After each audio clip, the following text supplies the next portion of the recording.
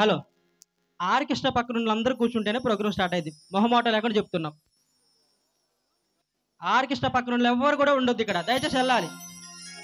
మీకోసం అర్ధ గంట ఆపుతున్న నాటకం, ఇక్కడ ఎవరు ఉండొద్దు. ఇక్కడ ఇక సైడ్ ఉన్న మొత్తం వెళ్ళాలి, దయచేసి గమనించండి, వెళ్ళండి. సంతోషాన్ని నింపుకొని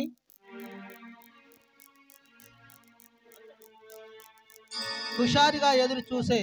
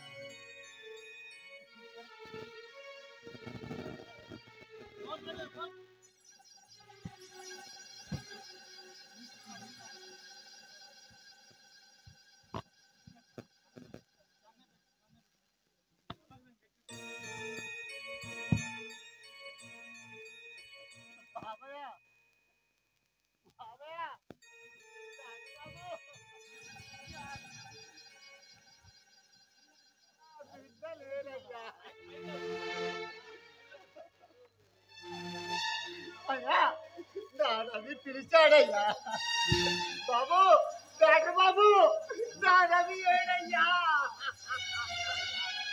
వస్తాడు వీరయ్య, వస్తాడు.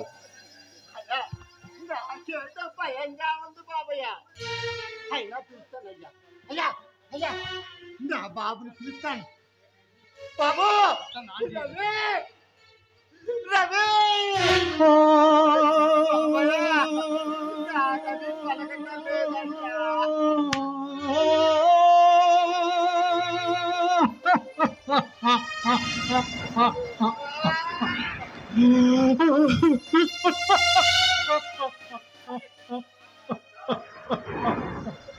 బాబు,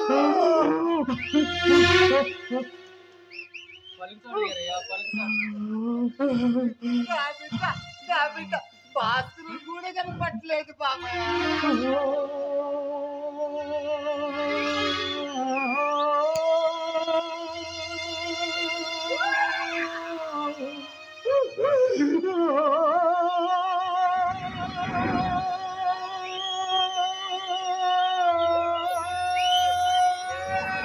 ఏ భగవాన్, ఎందుకయ్యా ఇలాంటి విషాద బ్రతుకులను సృష్టించావు? బాబు, డాక్టర్ బాబు, నా రవి ఏమన్నాడో తెలుసా? నాయనా, నువ్వెంతకాలం ఇలా కష్టపడతావే, నేను వచ్చాను, బ్రహ్మాండంగా చూసుకుంటానన్నాడు బాబయ్య. బాబు, నా రవి, నా రవి బాబు,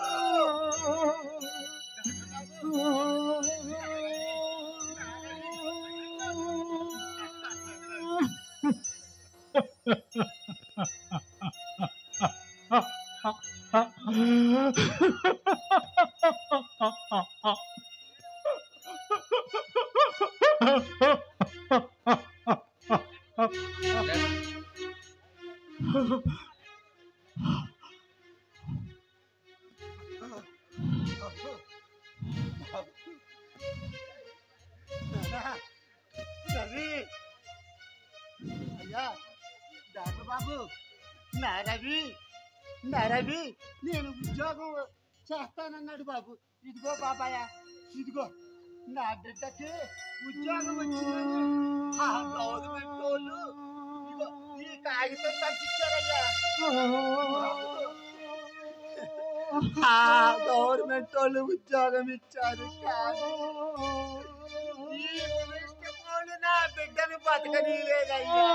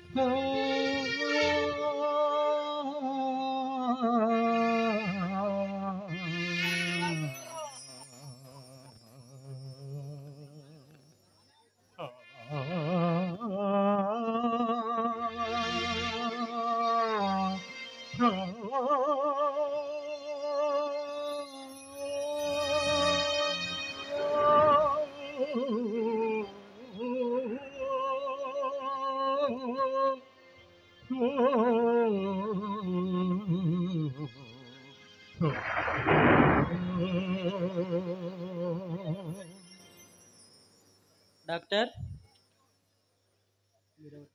మీరెవరు? నేను ఒక రచయితను. ఎందుకు వచ్చారు? మీరు శ్రమ అనుకోకుండా మీకు సహాయం చేయగలనా? ఏమిటో చూడు రవి, డాక్టర్ బాబు, వృద్ధాప్యంలో పిల్ల పాపలు తను ఒక పిల్లవాడిగా ఆడుకోవాల్సిన ఈ జీవి ఎలా వెలువెల్లాడిపోతున్నాడో, తాను పెంచి పోషించిన తోట నాశనమైపోగా దాన్ని చూసి బాధపడుచు తోట మళ్ళా తను ఎదుర్కొనవలసిన అన్నాన్ని కుక్కలు తందుకుపోతున్నా సరే ఏమీ సహాయం చేయక కాంతిలేని ఆ కళలో కాంతి కిరణాలు ఉదయించవా? ఆ నయనాలలో కన్నీటి కడలి పన్నీటి కడలగా మారదా? ఆ మండే గుండెల్లో చల్లగాలి వీచదా? ఆ హృదయం రగిలే అగ్ని పర్వతానికి అర్థం ఏమిటి? ఈ విషయాలని మీకెందుకు? నా రచనలు వాస్తవానికి దూరంగా, అవసరానికి దగ్గరగా ఉంటాయి. మీరు ఈ వివరాలు చెబితే ఆ దీనుడి వాస్తవిక జీవిత కథను 10 మందికి తెలియజేస్తాను.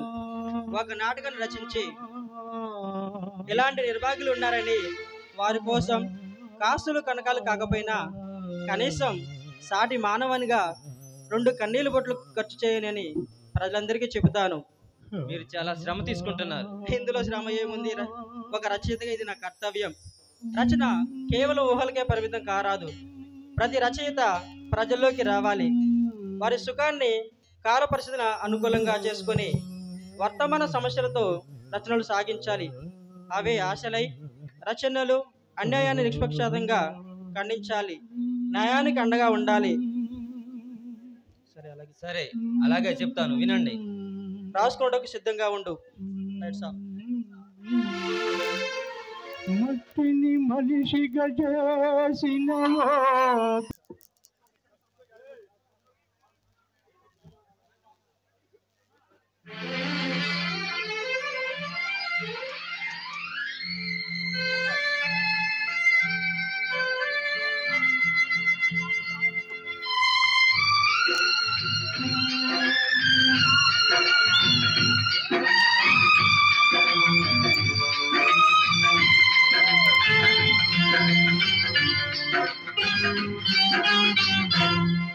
మంచిని సమాధి చేస్తారా? ఇది మనుషులు చేసే పనియేనా? మనలో పాపం చేయని వాడు ఎవడో చెప్పండి, ఏ దోషం లేని వాడు ఎవడో చూపండి. మంచిని సమాధి చేస్తారా? ఇది మనుషులు చేసే పనియేనా? మనలో పాపం చేయని వాడు ఎవడో చెప్పండి, ఏ దోషం లేని వాడు ఎవడో చూపండి.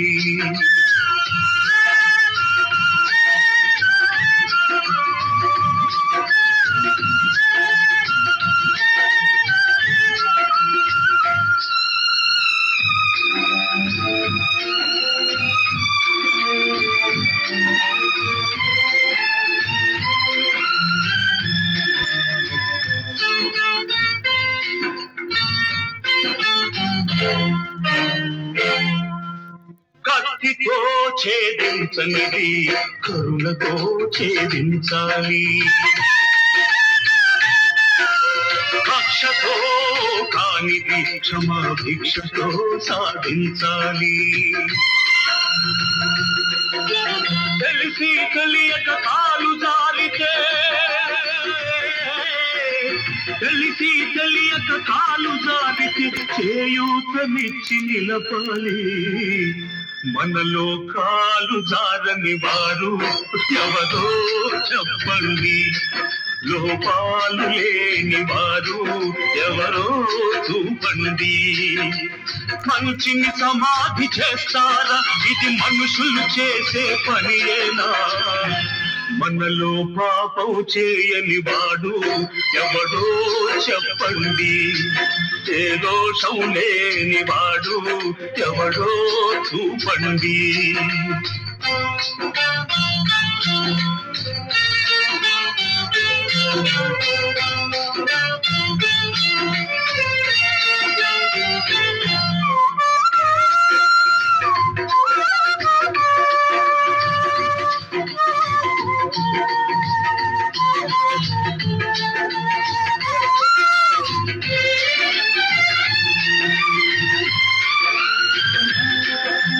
గుడులలో లింగాలను మింగే బడ భక్తులు కొందరు, ముసుగులో మోసాలు చేసే మహా వ్యక్తులు కొందరు, ఆకలి తీరక నేరం చేసే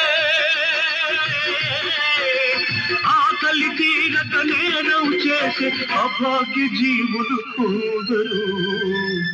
మనలో నేరం చేయని వాడు ఎవడో చెప్పండి, ఏ దోషం లేని వాడు ఎవడో చూపండి. మంచిని సమాధి చేస్తారా, ఇది మనుషులు చేసే పనియేనా? మనలో పాపం చేయని వాడు ఎవడో చెప్పండి, ఏ దోషం లేని వాడు ఎవడో చూపండి.